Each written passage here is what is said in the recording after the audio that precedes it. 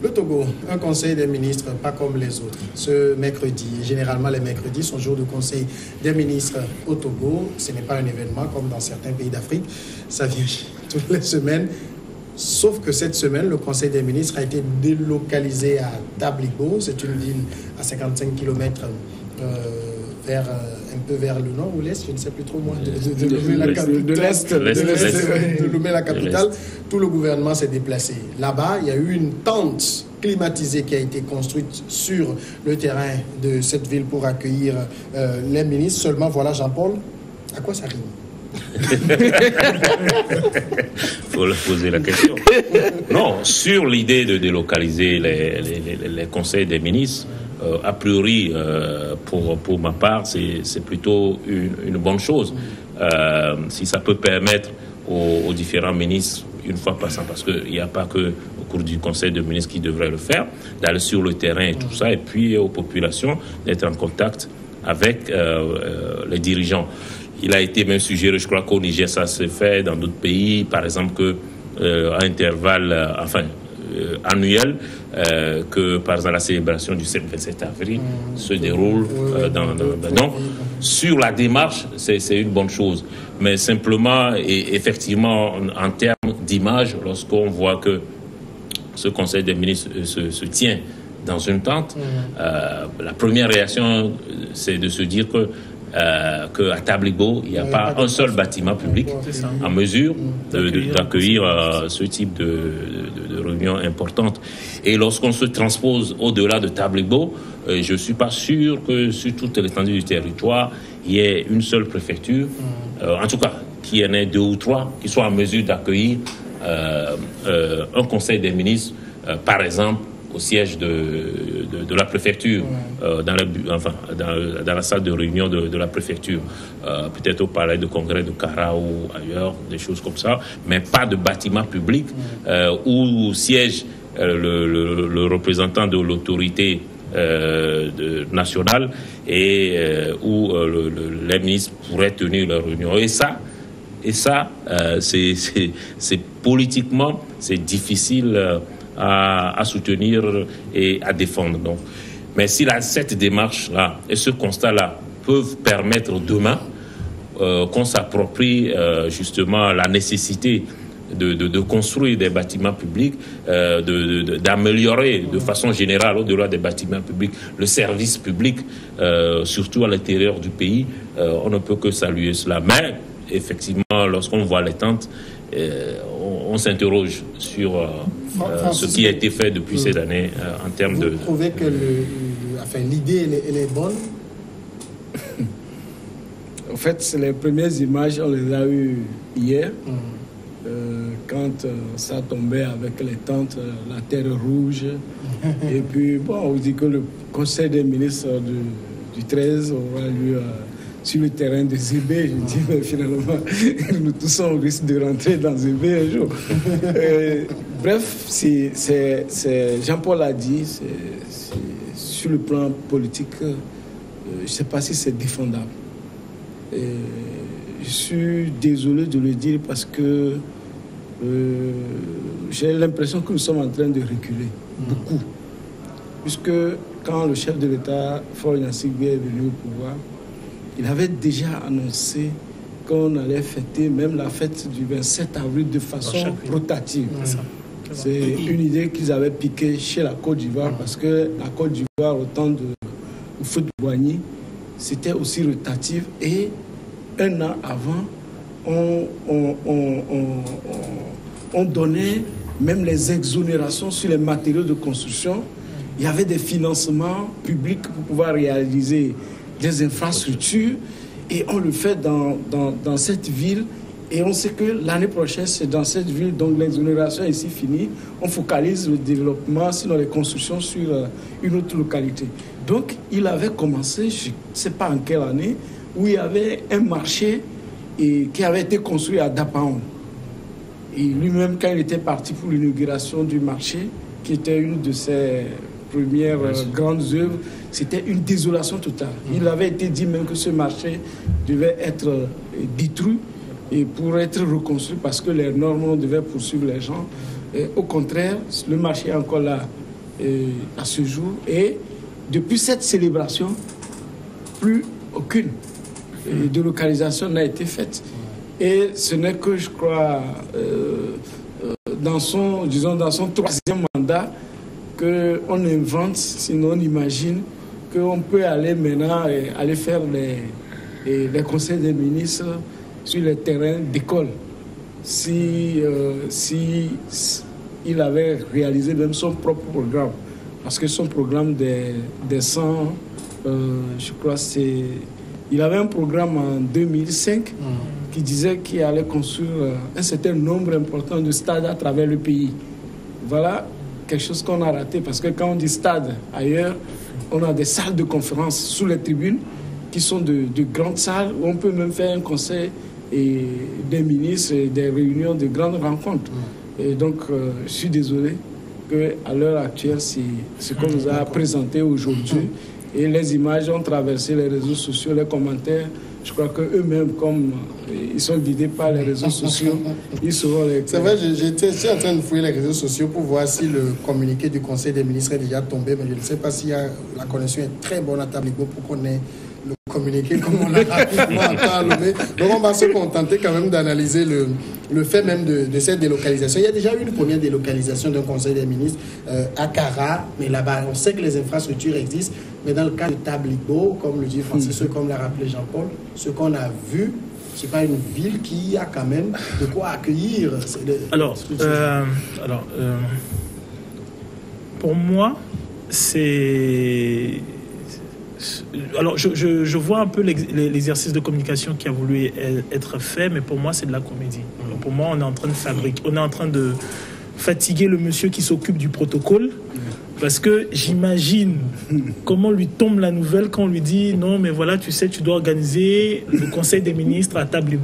Et ce monsieur, il a dû frôler la WC, quoi. C'est-à-dire comment il va... J'imagine, quoi. On est en train de martyriser le monsieur du protocole. À la rigueur, peut-être il y a quelques ouvriers, s'ils sont vicelards, qui vont tirer quelque chose. Même le chef de l'État, je m'excuse, le chef de l'État, parce que son cabinet doit être en mesure de dire que pour l'image du pays, c'est pas bon que ça passe sur les médias internationaux. Tout à l'heure, tu disais que ça a été fait à Kara, qui a les infrastructures. Pour moi, c'était au Palais des Congrès. Au Palais des Congrès, bon, c'est parce que il y a un palais de congrès à Kara. Pour moi, Kara n'a pas l'envergure qu'elle devrait avoir. Pour moi, Kara, pour moi, aurait dû avoir l'envergure d'un deuxième Lomé. Pour moi, Kara aurait dû avoir un aéroport international qui permette aux gens d'attomber directement. Il y a ça, c'est à quelques kilomètres. Ça, c'est normal. Ça, c'est bon. Voilà. C'est une région avec énormément de potentialité. Normalement, il y a au moins 2-3 villes au Togo. Si on voulait en faire des Eldorado, ça serait... Voilà, quoi. Maintenant, si on veut faire un réel exercice de communication, alors, on est un État, on a quoi? C'est comme 6600 km², on n'est que 7 millions. On a un chef d'État qui n'est pas âgé, il n'a pas l'âge de Bouteflika, il n'a pas l'âge de Ouattara. Voilà, donc je pense que ce que les gens attendent de voir, et même au sortir de 2005,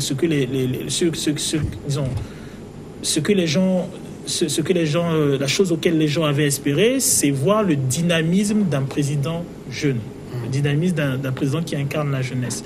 Et pour incarner cette jeunesse-là, si vraiment il veut faire un coup médiatique, il faut qu'il aille dans les régions rencontrer les gens. Et quand je dis rencontrer les gens, ce n'est pas de façon politique.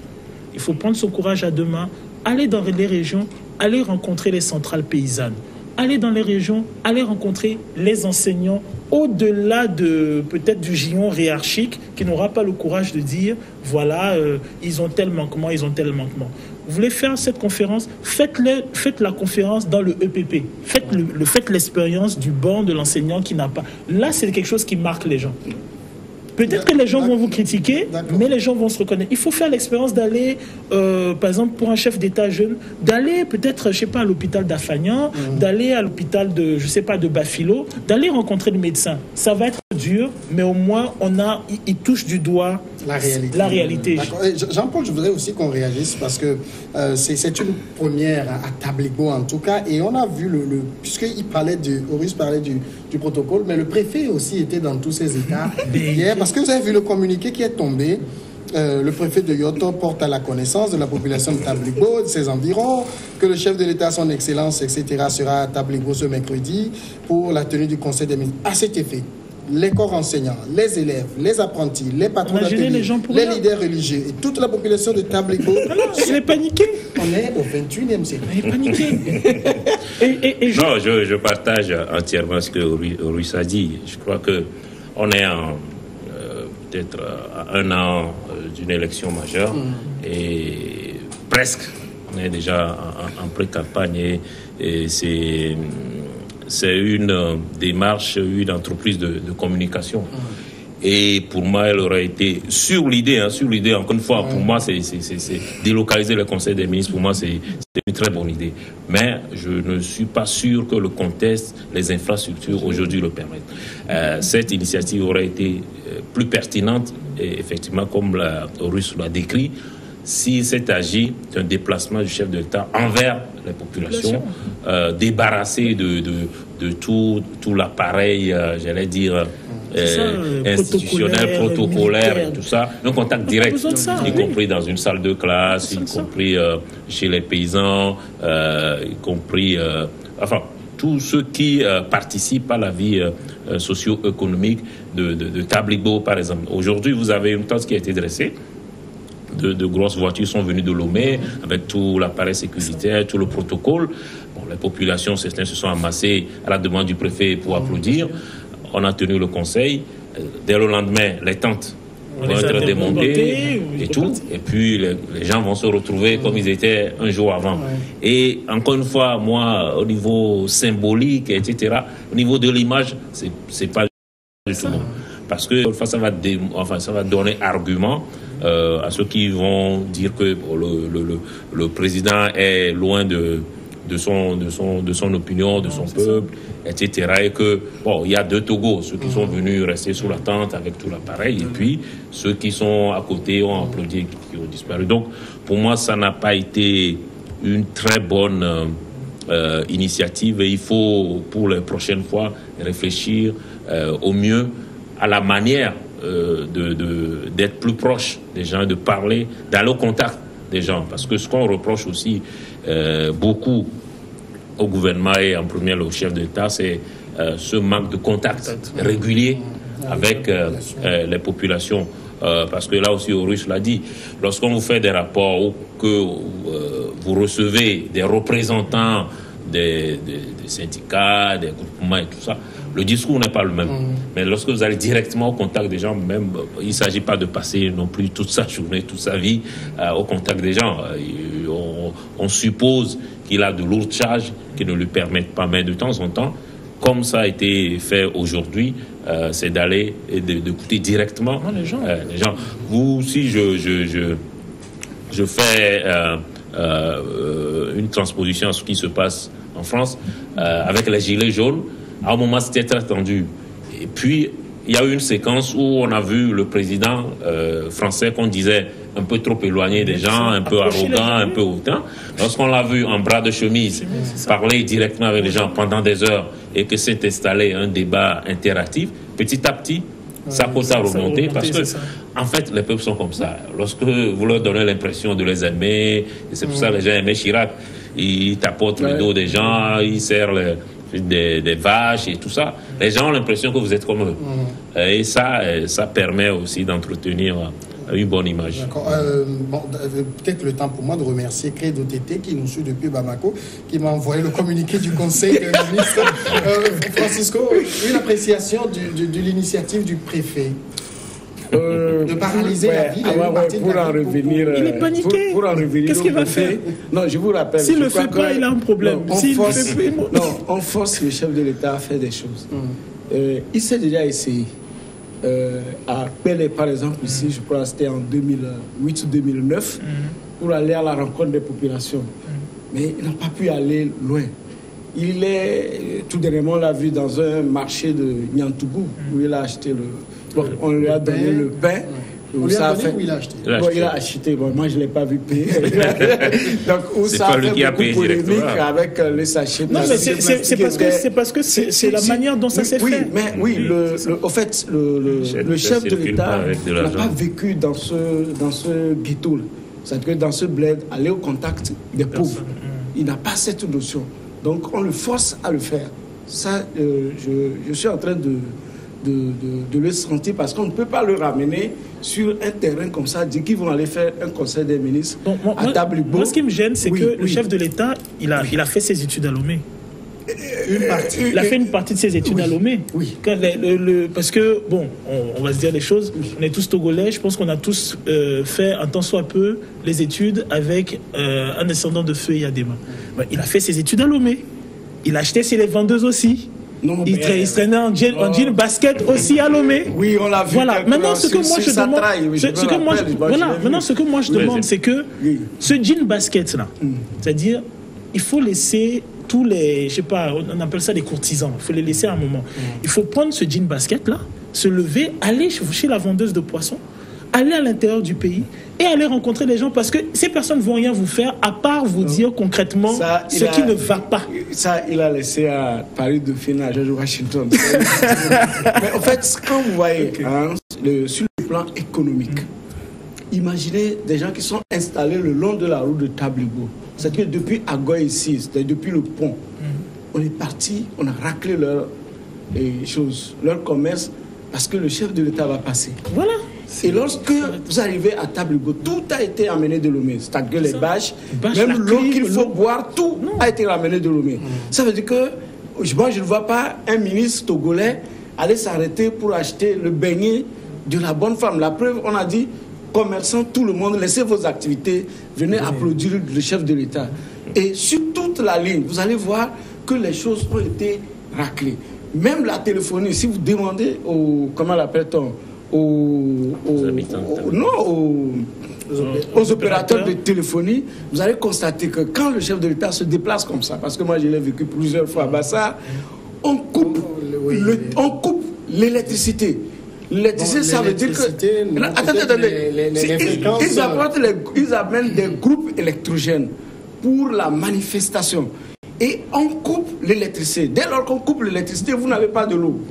Vous n'avez pas le téléphone. C'est vrai, ça? Et moi, ce que je sais, c'est que c'est plus les fréquences. Moi, je vous dis ce que... dans les abords où se trouve le président de la République, c'est les fréquences téléphoniques, tout ça qui sont coupées. Oui, je dis... La durée de la je dis, on apporte... En fait, moi, ce que moi j'ai vécu, au moins 3 fois en pays Bassa, on apporte le groupe électrogène, ok? On coupe l'électricité. Ça veut dire que vous n'avez pas l'eau. Vous n'avez pas... Toute la ville. Oui, vous n'avez pas... C'est-à-dire que tout le commerce... Et souvent, c'est samedi. Alors, un samedi, c'est le jour d'un grand marché.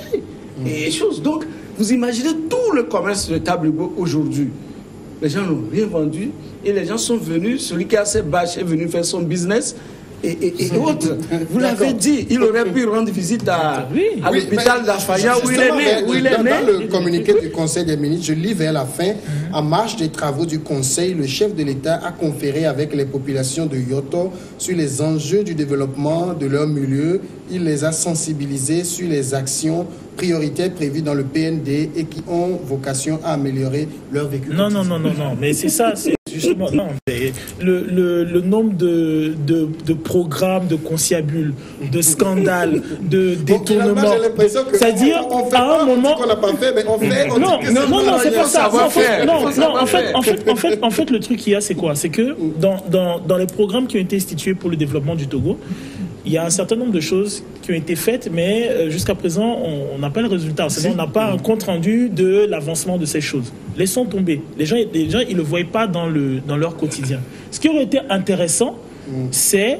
je pense, Jean-Paul donnait l'exemple de Macron, c'est que justement, c'est ça. Macron, à un moment, il parlait trop. Ouais. J'ai réalisé, voilà. Mais les gens te disent, ils ne voient pas ce que tu as fait, ils ne le sentent pas. J'ai fait, tais-toi, fais comme ça. J'ai fait. À un moment, il faut s'arrêter. Et peut-être justement parce qu'il y a des échéances, il faut avoir le courage d'aller près des gens et de leur demander, bon, qu'est-ce qu'il y a, qu'est-ce qui ne va pas, qu'est-ce qui a raté, qu'est-ce qui n'a pas marché. Voilà. C'est aussi simple que ça. La personne, quand on prend je pense, il y a la voix qui part de Noukafou, je pense la voix de Tablibo. Il y avait un scandale là au niveau de la voix, des trucs comme ça, tout ça.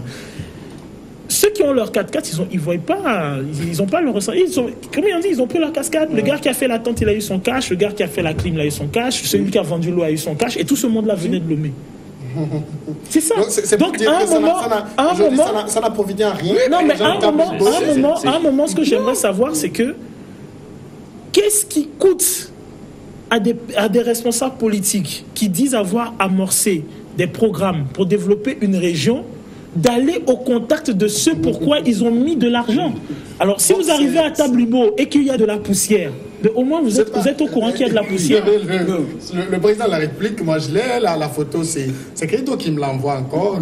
C'est à Lagos, il est à Lagos, il n'est pas à Bamako. Je vois le président qui a le micro, qui est en train de parler, et puis je vois aussi le Premier ministre qui a le... Donc on sent qu'au-delà du départ du Conseil des ministres, il y a eu une rencontre avec les populations, c'est peut-être... Tant mieux, si cette rencontre a eu lieu. Ce que moi je disais surtout, c'est que parce que comme le communiqué le dit, le communiqué envoyé par Credo, en marge.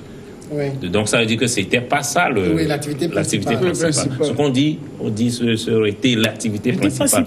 Surtout lorsque justement cette activité principale se tient dans une tente et tout. Et sous réserve de ce que sous réserve que ce que Francisco dit soit établi.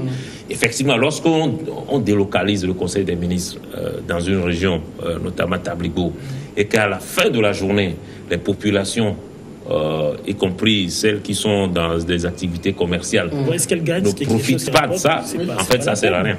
Parce que si on ne rencontre pas véritablement l'habitant de Tablibo moyen, je ne parle pas du préfet, je ne parle pas du représentant des professeurs, etc. Je parle de la bonne femme qui est dans son champ et tout ça. Si on ne la raconte pas et qu'en plus, le petit secteur économique de Tablibo ne profite pas de la présence du chef de l'État de la journée, franchement, pour moi, c'est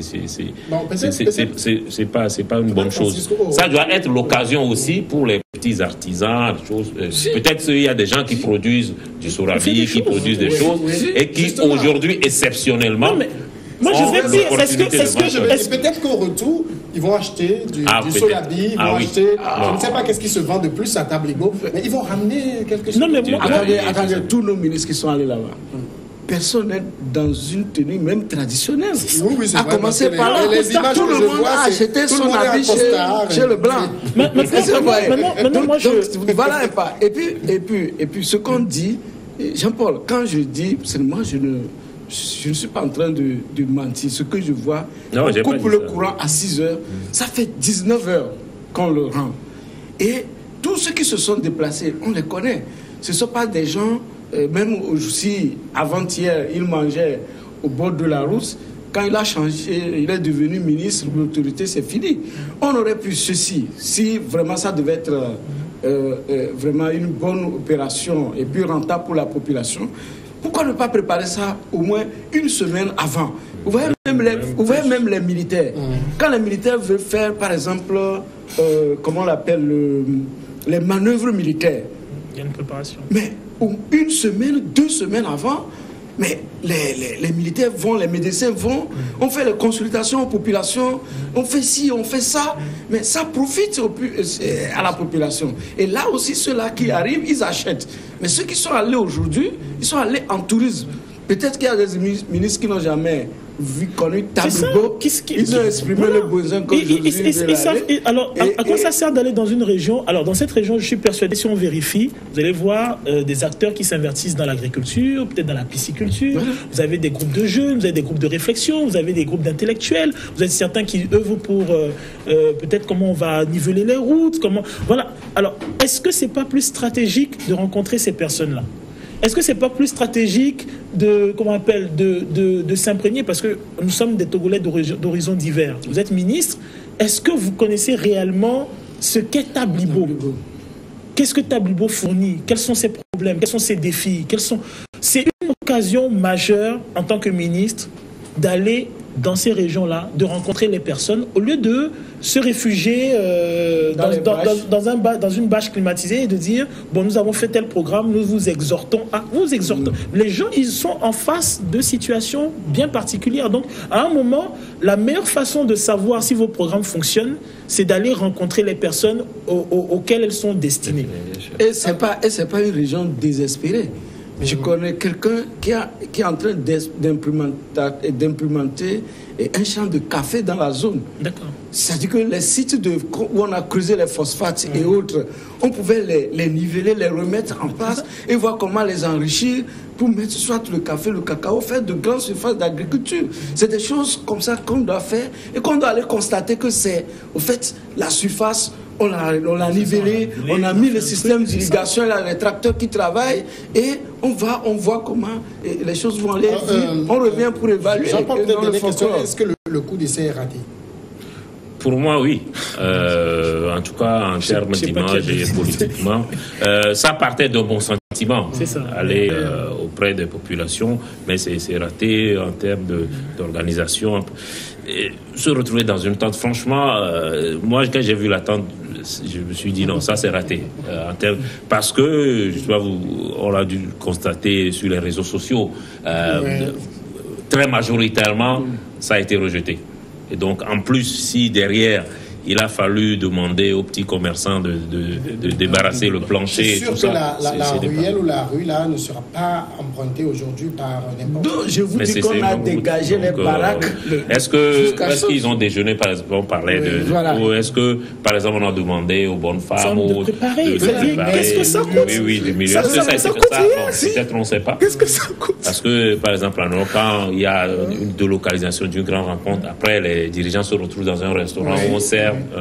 Est-ce que ça a été fait? On évalue les retombées pour la communauté et les dépenses et autres. Peut-être cette émission va permettre de corriger les autres. Ben, j'espère. Il faut qu'à la fin, la préfecture ou la région où le Conseil des ministres a eu lieu ait profité de ça en fin de journée. Si ce n'est pas le cas, c'est ça. D'accord. Merci Jean-Paul Agbo, Arwelete, Horus Donkovi, Francisco Napokora. Merci à vous aussi de nous avoir suivis. À demain.